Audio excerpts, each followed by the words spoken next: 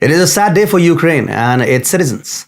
After months of fighting against Russia, Ukraine is now set to become a political and economic colony of Russia and China, respectively.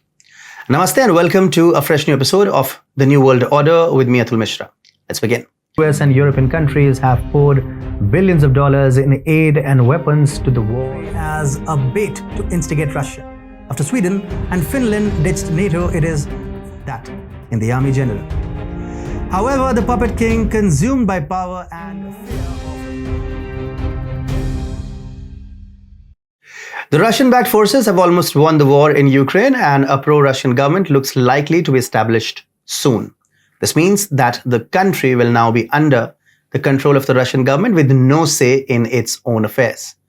This is a particularly bitter pill to swallow for the citizens of Ukraine who have long hoped for a better future for their country. Unfortunately, the current political situation has ensured that this is not to be.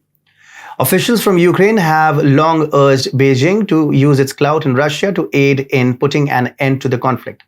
Zelensky had often requested to talk with or meet with Xi Jinping, including following the Chinese president's recent visit to Moscow to meet with Russian President Vladimir Putin. On Wednesday, April 26, Chinese President Xi Jinping and Ukrainian President Volodymyr Zelensky spoke on phone for the first time since Russia invaded Ukraine last year. I had a long and meaningful phone call with Chinese President Xi Jinping, Zelensky tweeted. I believe that this call, as well as the appointment of Ukraine's ambassador to China, will give a powerful impetus to the development of our bilateral relations, he added.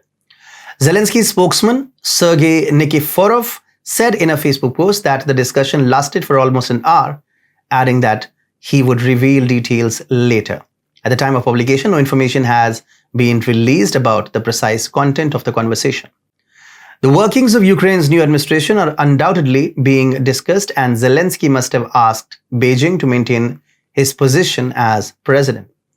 What makes matters even worse is the fact that it is not only the political aspect of Ukraine that is now at the mercy of Russia. With Russia taking control of the country, the economic resources of Ukraine will now be subject to the whims of Russia's so-called iron brother, China. With a reserve of 34 billion tons, Ukraine has the second largest coal reserves in Europe and the seventh largest in the world.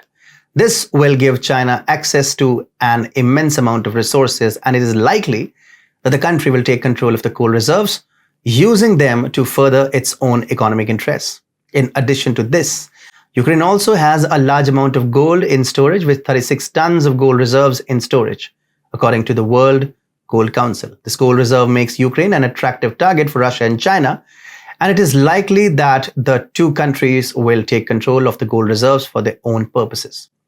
Perhaps even more worrying is the fact that Ukraine also has the largest uranium deposit in Europe, accounting for 1.8% of the world's uranium deposits. This will give China access to a potentially valuable resource, and it is likely that China will take control of the uranium deposits to further its nuclear game. All of this means that Ukraine is now not only a political colony of Russia, but also an economic colony of Beijing. So as things continue to unfold, Ukraine's future looks dark at the hands of Beijing, as Beijing is most likely to capture all the resources of Ukraine very soon and convert it into an economic colony.